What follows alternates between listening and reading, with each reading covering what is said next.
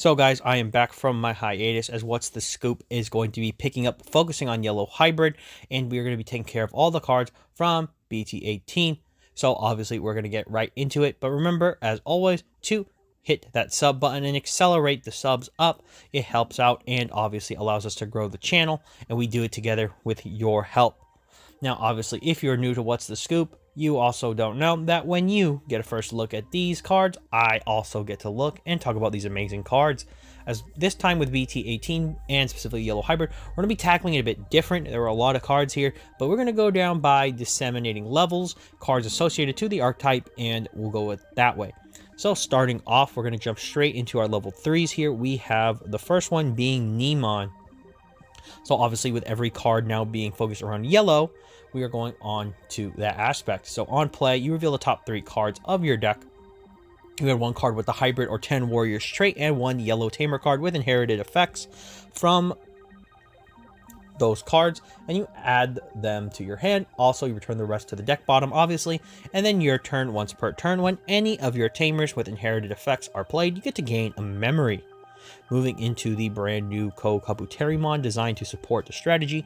This one is interesting because it is a dual color yellow and black, which can digivolve on top of any of yellow or black Digitamas or level 2s for a cost of 1 with 1000 DP. And it reads, your turn once per turn. When this Digimon or any of your Tamers would digivolve into a multicolor black or yellow Digimon cards, you reduce the Digi-evolution cost by 1.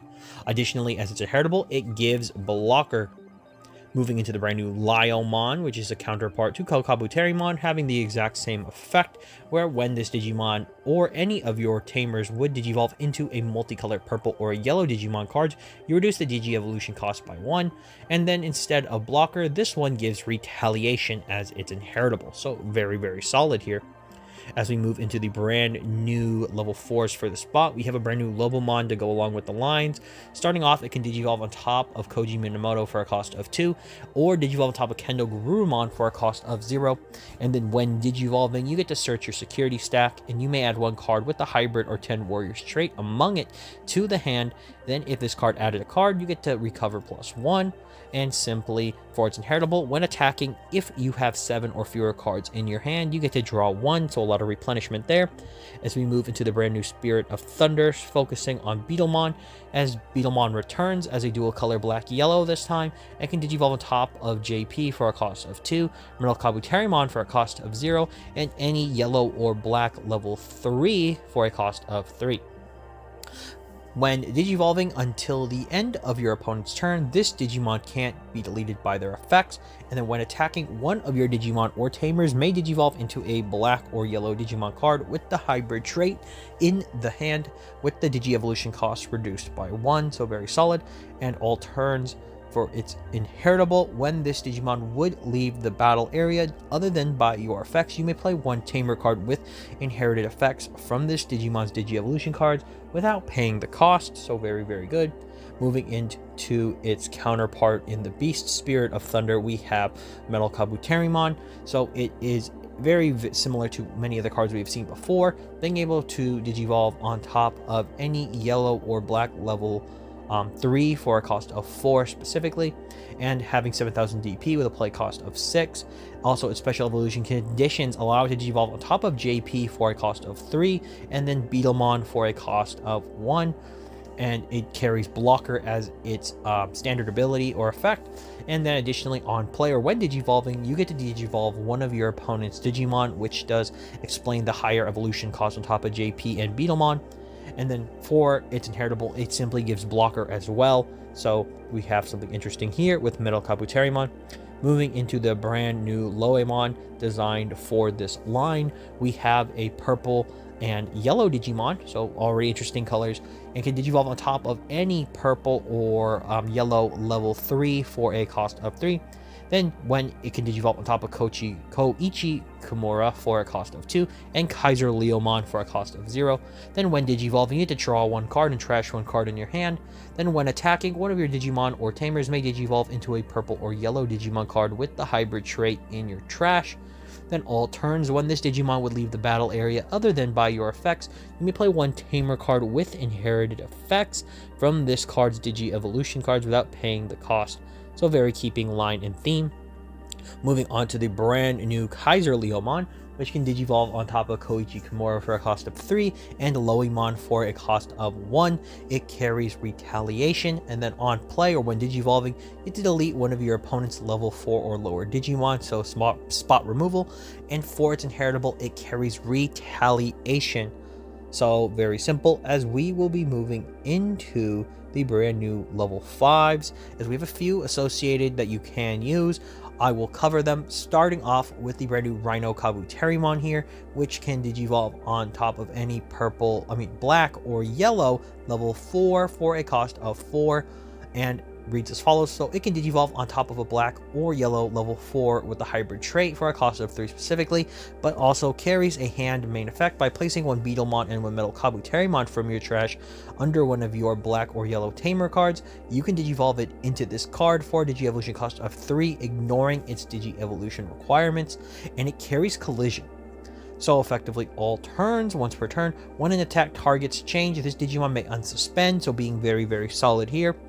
And then when attacking as it's inheritable, once per turn, one of your opponent's Digimon gets minus 4,000 DP for the turn. As we look at the brand new Rihimon, or Raihimon, depending how you want to pronounce it here, it can Digivolve on top of any purple or / yellow level 4 with a hybrid trait for a cost of 3. It has the same hand main effect by placing one Kaiser-Leomon and Loimon from your trash under one of your purple or yellow Tamers. You can Digivolve it into this card for a cost of 3, and you ignore those Digi-Evolution requirements. It also carries Jamming as its main effect, and then when Digivolving, you may play one Tamer card with inherited effects from your trash without paying the cost, so very cool. And then when attacking, once per turn, one of your opponent's Digimon gets minus 4,000 DP for the turn, so keeping in line with Rhino Kabuterimon.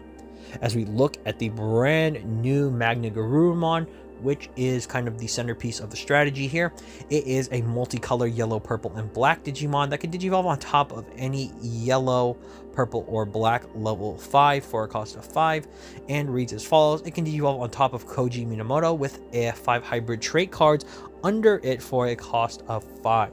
Then when Digivolving at the end of your opponent's turn, once per turn, by placing one Digimon card from this Digimon's Digi-Evolution cards at the bottom security stack, you get to delete all of your opponent's Digimon with the same level as the place card.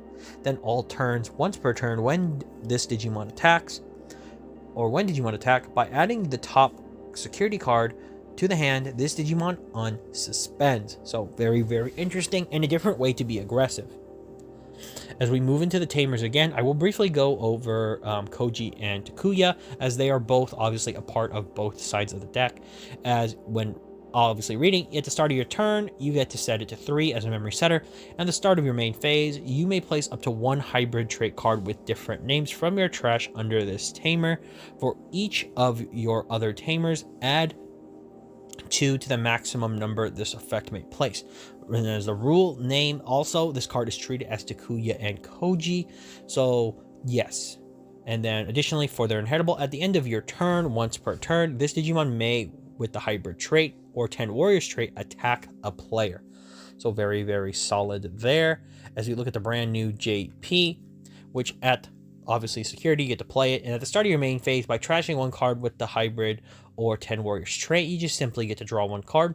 Then all turns, once per turn, when an attack target is changed, you may play 1 Tamer card with the inherited effects from your hand without paying the cost, which is really interesting. Looking at the brand new Koichi, very similarly, you get to play it from security, and then at the start of your main phase, by trashing 1 card with the hybrid or 10 Warriors trait, you just simply gain a memory, and for its inheritable, once per turn, you may return 1 card with the hybrid or 10 Warriors trait from your trash to your hand. Obviously, this is when attacking. Looking at the brand new option card, as we have Dark to Light and then Thunder to Gunfire, which reads, main, you may place up to 5 hybrid trait cards with different names from your hand or trash under one of your Tamers, then one of your Tamers with 5 or more cards under it may Digivolve into MagnaGarurumon in the hand or trash, ignoring Digi-Evolution requirements and without paying the cost. Additionally, for its security effect, you may play 1 Tamer card with inherited effects from your hand or trash without paying the cost, and then you get to add this card to the hand. Okay, guys, so that is all of the cards as we look at a little bit of the roster of what we have access to. We have a lot of cards here, but the main focus is what does the yellow-purple version do that the red, blue, green version did not do? And I actually forgot to omit the black color because it is technically a part of it, but the main goal here is what does this side do that the other side cannot do? Well, there's a few things. The yellow-purple version has a few different effects that allow it to kind of play slightly differently. I think the main focus that yellow-purple has is instead of it being directly aggressive, what it focuses on is establishing control through some of its effects and allowing you to control the board in different ways so that you're able to build these big stack Digimon a little bit more, I wouldn't say efficiently, but with a bit more thought with control in mind. I think when you really look at what this deck can do, its best damage output is in obviously like Raihimon because it has jamming. Funny enough, Rhino Kabuterimon having collision I think is specifically done so that you can clear the board effectively by allowing it to attack, and your opponents are forced to kind of allow the blocker to go through because of collision, and Rhino Kabuterimon just kind of knocks the Digimon out. This one's a bit different because what I think it has access to in Lobomon from this set allows it to really dig into the security stack to get pieces you need. I think it's something really cool that they reincorporated this effect from, I think it was Zoe, the original Tamer, into Lobomon's effect to allow it to search through the security stack. I also really like the fact that when we look at like Metal Kabuterimon and even Kaiser Leomon, their effects are focused on de-digivolving and popping cards, so the higher evolution costs into the beast forms from their spirit forms are warranted because they give you just a little bit more output when they do damage. Also, hard playing them for 6 isn't the worst thing ever because effectively when you look at their stats, you're kind of getting level 5s in the forms of level 4s, so it does make a bit of sense. And in the case of the level 3s, I don't know if you'll play them. I think this is one of the only problems I see with the level 3s for both the red lines and the purple yellow lines here, or the yellow lines, is that although you can play most of them, like Nemon and Bokumon themselves will be played in the decks, but I don't know if Lyomon and Kokabuterimon will see play because that one evolution cost on a Digi-Egg from a level 2 is kind of steep. Because although I know people will say, well, maybe you just want to Digivolve out and get those reduced effects. The problem is, if you're going to do that, you might as well just hard play Tamers because you need to Digivolve on top of them anyways. So it's one of the weaknesses I think the hybrid strategies now possess, is that they might be just a bit slow, but you can obviously change it up depending on how you feel. I think it's really interesting, and when we look at them, the Digimon quality here is really, really decent because for Yellow Purple, you get to filter a bit more with like Loimon, which is cool, and you get to use some of the other support that already exists. You just kind of need to time it how you want to utilize it. When I look at the Tamers here, obviously there's not much to change, as both JP and Koichi are basically just obviously stand-ins for like Zoe and Tommy, where they do different effects for the different reasons. I think the different inheritables are where the key is here, where they do allow you to do a bit more different actions and take place around it, as well as Koichi and Takuya in this version of the deck really does allow the strategy to kind of ramp like slightly quickly as long as the deck is working where you want it to. I think it's really going to depend on what you want the Digi-Egg to be. Do you want it to be a generic yellow card? Do you really want to use it? Do you want to like have a blue base still because a lot of the Strabimons are blue, so you can use them?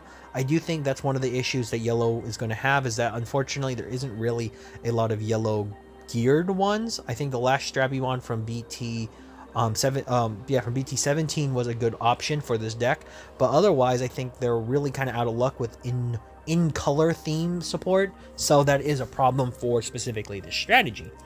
But when we look at, say, MagnaGarurumon, I think MagnaGarurumon is a fantastic boss because it plays differently from obviously Kaiser Greymon or Emperor Greymon, in that I think it's focused on making sure you keep that board control and keeping the board empty so that it can do more damage to the opponent's field and into their security.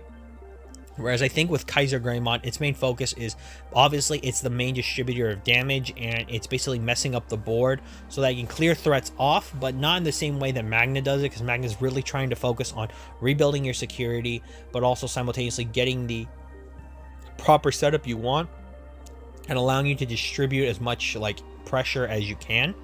So obviously when it comes into the new Susanomon, how does it function in this deck than it does with the red one?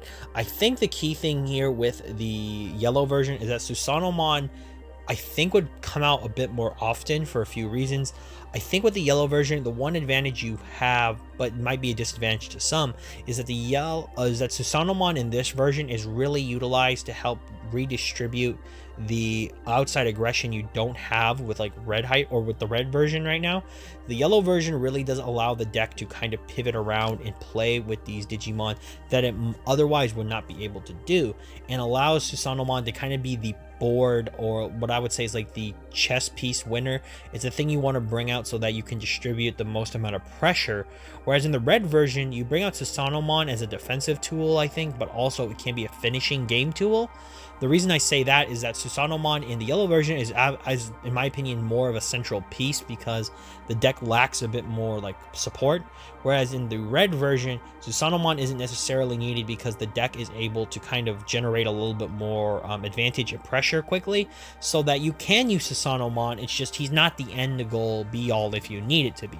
Like Emperor Greymon by itself could kind of suffice. Not saying that it's like the best thing ever, but in that version you have a bit more options thanks to it being based in red, whereas this one's problem is it being based in yellow but lacks some of the yellow searching power that you would need other than by like options and memory fixers and memory boosts, for instance. So this is one of the advantages that the yellow hybrid deck has to deal with versus like the red hybrid deck is able to just kind of play with all the basically the existing Flamemons, so that does allow it to play more. But pretty much that's what I've got for you guys today. When it comes to playing this deck, like I said, I think I said before, if you want to check out, the best people are going to be on YouTube already. I don't know why mine's blanking on this at the recording, so people are probably going to be laughing, but the point is, this is a deck where I think you need to explore with it, specifically in yellow hybrid form. The problem I have with this one is that all of the suggestions I could make, would it not necessarily help? It's just that I don't know exactly what changes I could make that wouldn't make the strategy already look as similar as it's probably going to by other people. I think the yellow, purple, black version's only weakness is that it just doesn't have enough searchers like in the rookie form, where it really has to rely on outside support to help it. Like I think training boost in this deck is going to be a mandatory because unlike with the red version where you could kind of sponge off a few of them with Flamemons, here you're forced to kind of use the training boosts and the memories to really give this deck the run it needs. Although the memory would be nice, it's just that you're going to have to play it to kind of facilitate that extra engine because Nemon can't do it on its own. You'll just need a few cards. You could play Strabimon in here as well with like a yellow Digi-Egg, which is probably what's going to happen. But playing memory boosts, playing the trainings, is going to be really important for this strategy, and it just allows it to play properly. But like I said, that's all I've got for you guys today. If you like this video, let me know down in the comments below, and don't forget to subscribe. It does help out. And expect the next What's to Scoop very, very soon, as we'll be looking at more of the strategies, and we'll be kind of ramping up some of the BT18 cards. But as always, this has been Brad from the Ad Army signing off, and for all of you out there, to sign on.